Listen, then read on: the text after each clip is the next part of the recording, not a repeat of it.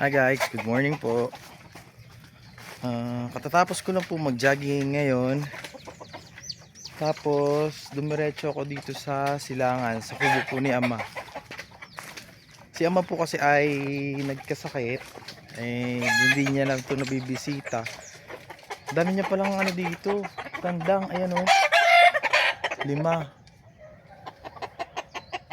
Tapos may mga ano pa siya dito, yung mga ang dami niyang manok dito. Ito, ayan, meron pa dito nasa labas, mga tandang.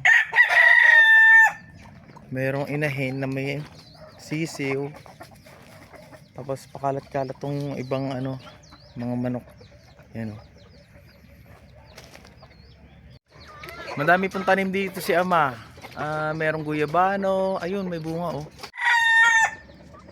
Ayun, may bunga yung guyabano. Meron din pong mga ayan, duhat. Meron ditong bayabas. May saging. Iba-iba po yung saging ni Ama dito. May saba, may tundan. Meron ding abukado. Ito may bayabas oh. Kaso pangit yung bunga ngayon. Ayan, oh.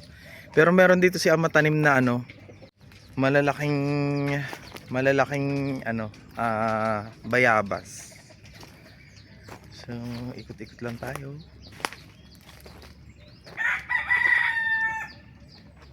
May mga kalamansi, ayun oh, kalamansi.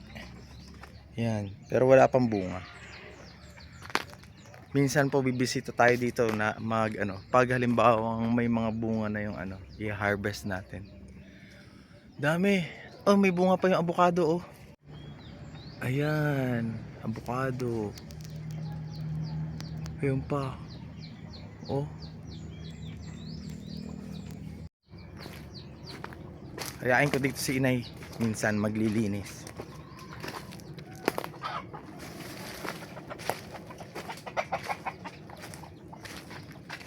So, yun lang po muna sa ngayon. Bye guys.